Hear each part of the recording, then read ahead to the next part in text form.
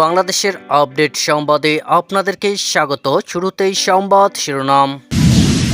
বাংলাদেশে এবার শুরু আসল খেলা।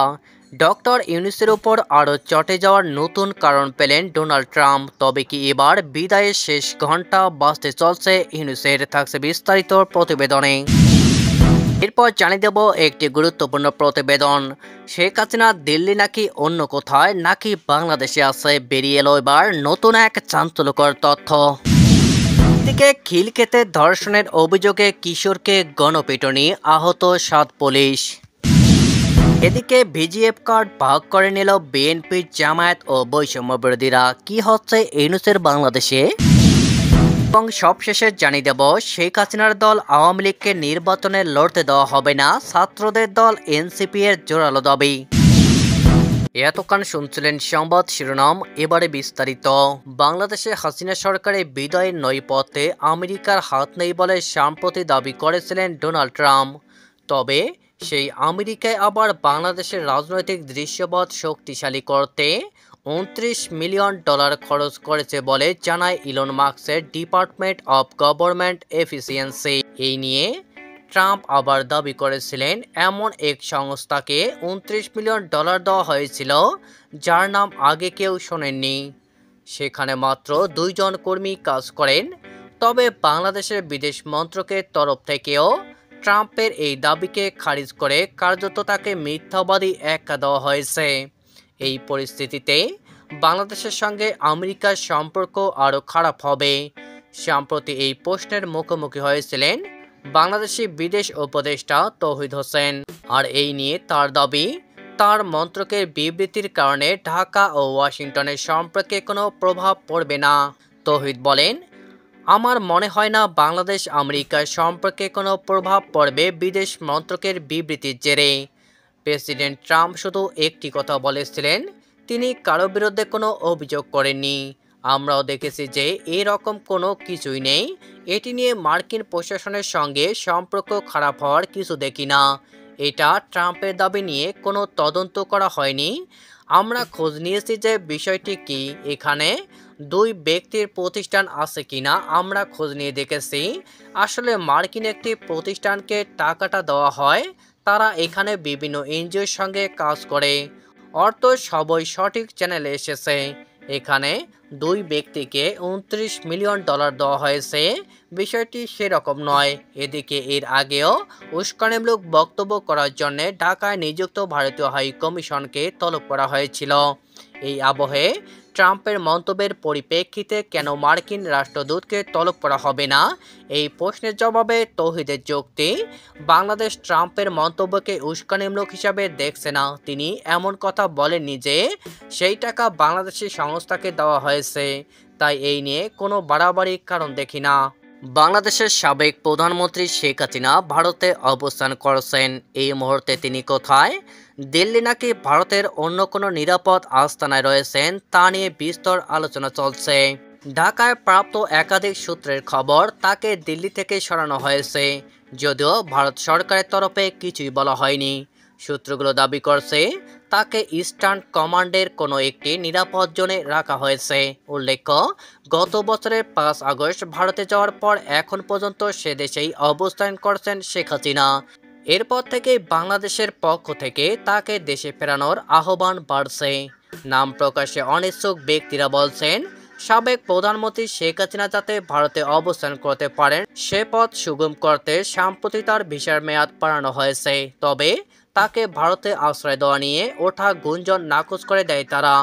রাজধানীর খিলক্ষেতের মধ্যপাড়া এলাকায় ধর্ষণের অভিযোগে এক কিশোরকে গণপিটুনি দিয়েছে স্থানীয়রা।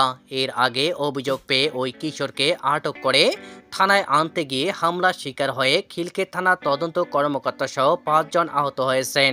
এছাড়া আরও 7-8 জন পুলিশ সদস্যকে স্থানীয়রা আটকে রেখেছেন বলে জানা গেছে। পরিস্থিতি নিয়ন্ত্রণে আনতে ঘটনাস্থলে সেনাবাহিনী ও র্যাব মোতায়েন করা হয়েছে। আহতরা কুর্মিটোলা জেনারেল হাসপাতালে চিকিৎসাধীন। পবিত্র ঈদ উল ফিতর উপলক্ষে জয়পুরহাট পৌরসভার 9টি ওয়ার্ডের অতি দরিদ্র, অসহায় ও দুস্থ পরিবারদের মধ্যে বিতরণের জন্য আসা ভিজিএফের বিশেষ সহায়তা কার্ড ভাগাভাগি করে নেওয়ার অভিযোগ উঠেছে জেলা বিএনপি, জামায়াত ও বৈষম্য বিরোধী ছাত্র আন্দোলনের নেতাদের বিরুদ্ধে। ভিজিএফ কার্ডের বিতরণের জন্য সরকারি কর্মকর্তারা তদারক করে থাকেন। ভিজিএফ কার্ড কারা পাবেন এই তালিকার প্রণয়নের কাজ করেন সেই কর্মকর্তারা।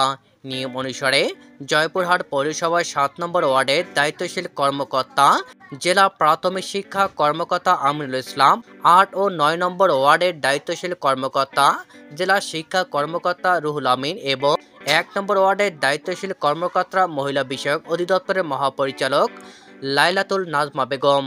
এই 3 কর্মকর্তা সহ দায়িত্বশীল অন্যান্য কর্মকর্তারা জানান, বিজিএফ চাল বিতরণের কথা পৌরসভা কর্তৃপক্ষ মৌখিকভাবে তাদের জানিয়েছে, মাত্র এই সংক্রান্ত কোনো সভা হয়নি, তাদেরকে দুস্থদের কোনো তালিকা দেওয়া হয়নি। সূত্র জানায়, বিএনপির আহ্বায়ক গোলজার হোসেন গ্রুপ পেয়েছেন 1600টি কার্ডের চাল। এছাড়া জেলা বিএনপির যুগ্ম আহ্বায়ক ওহাব গ্রুপ 450টি এবং জামায়াতের সহকারী সেক্রেটারি হাসিবুল আলম লিটন 450 এবং বৈষম্যবিরোধী ছাত্র আন্দোলনের জেলা সমন্বয়ক হাসিবুল হক সানজিদ পান 380টি বিজিএফ চালের কার্ড।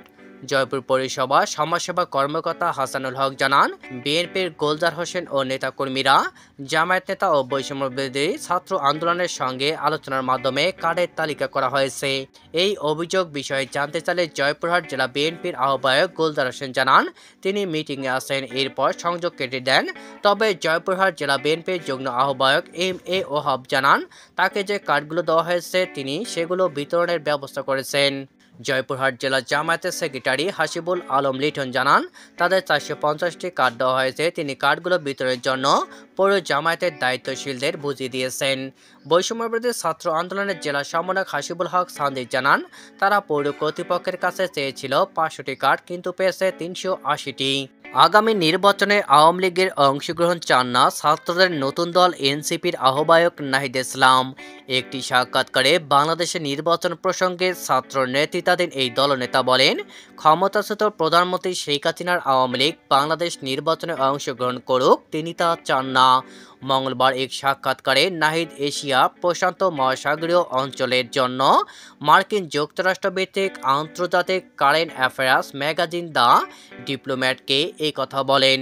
এও বলেন, আওয়ামী লীগের ভেতরে যারা অন্যায় কাজের জন্য দায়ী তাদের প্রথমে বিচারের মুখোমুখি করতে হবে।